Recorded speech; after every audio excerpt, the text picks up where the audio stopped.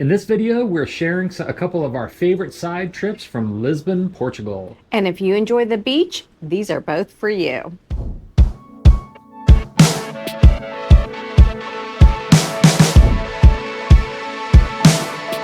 Hey everybody, I'm Sean. And I'm Deb. And welcome back to the channel. So today we're going to continue our series on our visit to Portugal. Talk a little bit about a couple of cool beach trips you can make if you're staying in the Lisbon area.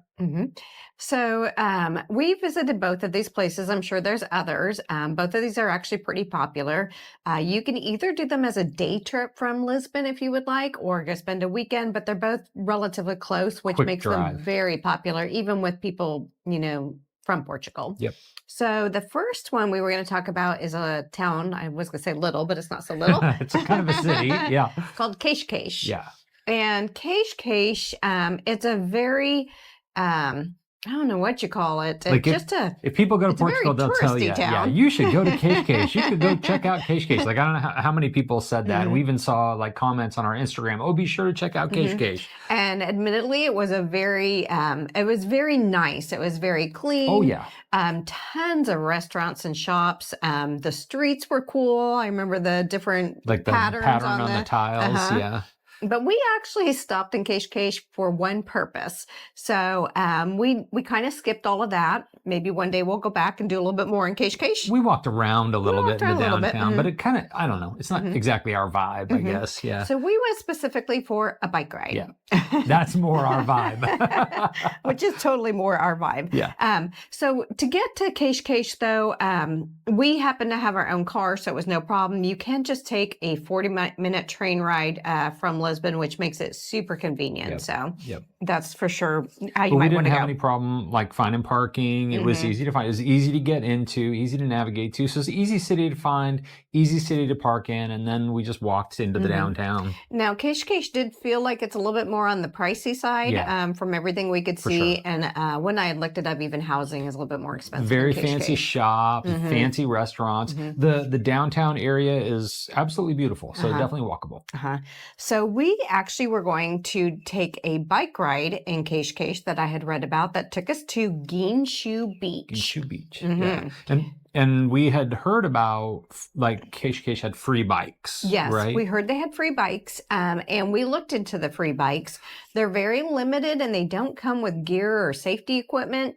And then we just opted to, it wasn't very expensive to just rent bikes. No.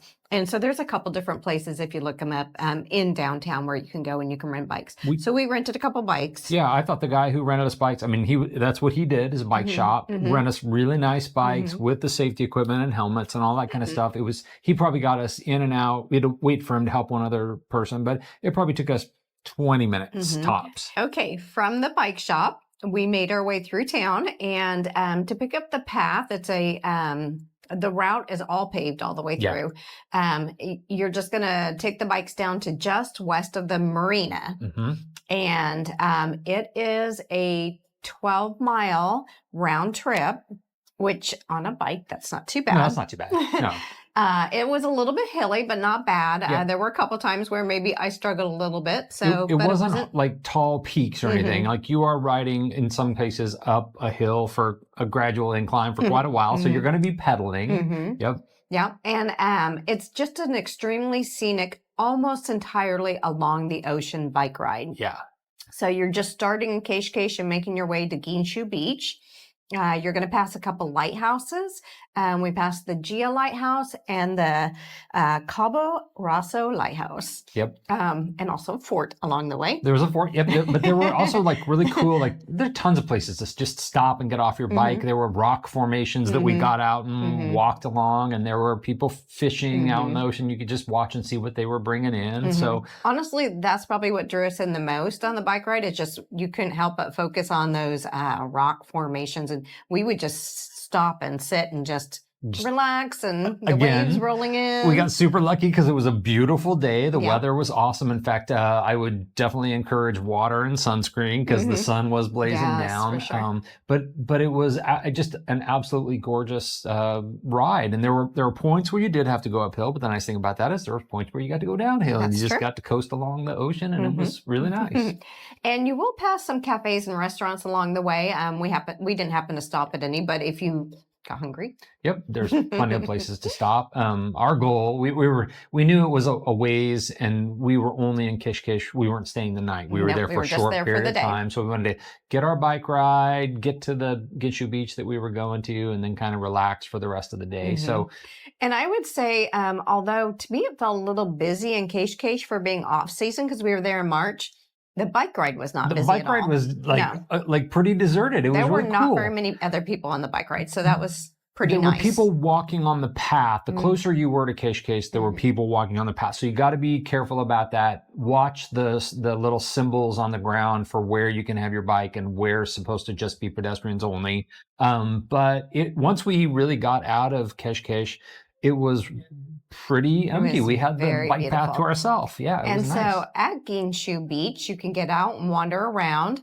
You can get a little close to the water and get your feet wet while you're recording if you want. A little too close to the water sometimes. And that area, I mean, you can really see the beautiful like waves that are rolling in. Some parts of Portugal are known to have, those killer surfing waves and things like that. This beach had definitely surfable waves. I remember we saw someone kite surfing, I think, out on the waves. So definitely an absolutely gorgeous beach to go to.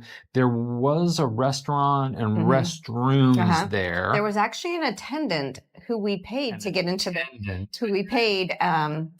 restroom. Now, this was an older gentleman, and we only had to pay him a few coins. Yeah, and we just went along with it. It was nothing. I'm sure. I don't think he actually worked for them. Right, but and it's fine. It's okay. But it was nice. It was a great little beach to go to. If you have more time, it would have been a great beach to take like a blanket out to and just relax on the beach, catch some rays, all that kind of stuff. So that was our turnaround point, and then we just made our way back to Cascais.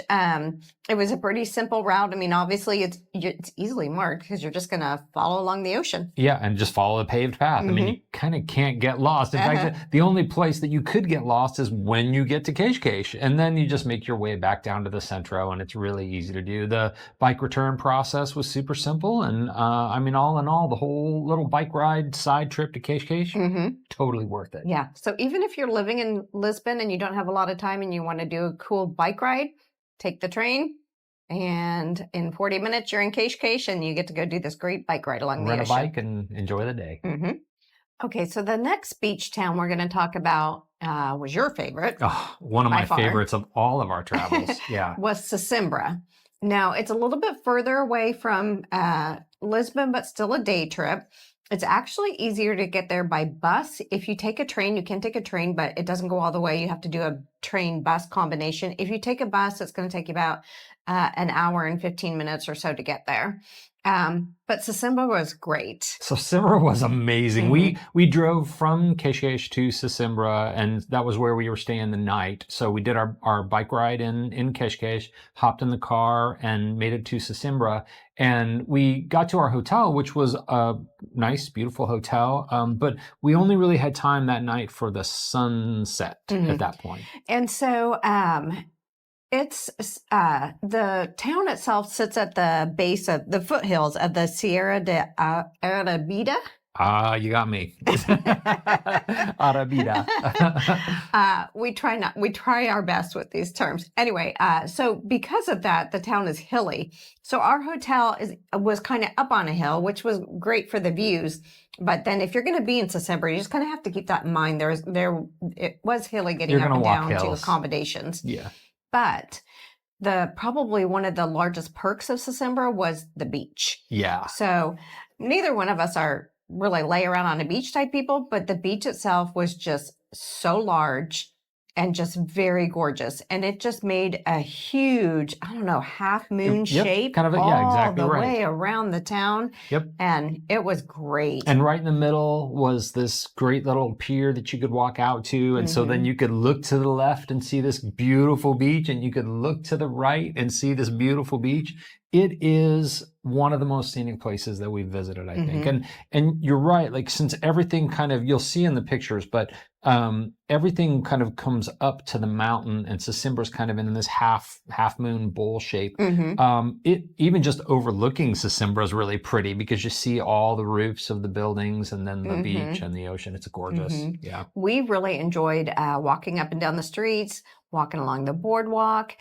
I don't know. It just felt Finding coffee shops. Of course, finding coffee shops. It just felt more quaint than Cascais. That, you know, both of them we were visiting in March, but it was much less busy in Sesimbra. I do understand it's also a popular beach destination, so probably in July weren't there at it's the a little peak different. tourist season, right? But so if you want to go and enjoy it a little bit crowd free, shoulder seasons are great. Absolutely, and I personally I loved that. We weren't there to get in the water and swim. We were there to just kind of hang out and vibe by the beach and enjoy ourselves. And because it is on the foothills, there is hiking and cycling in the area. So it's kind of nice. It has that additional, if you're not a beach person, outdoor activities, which we do appreciate anyway. Yep.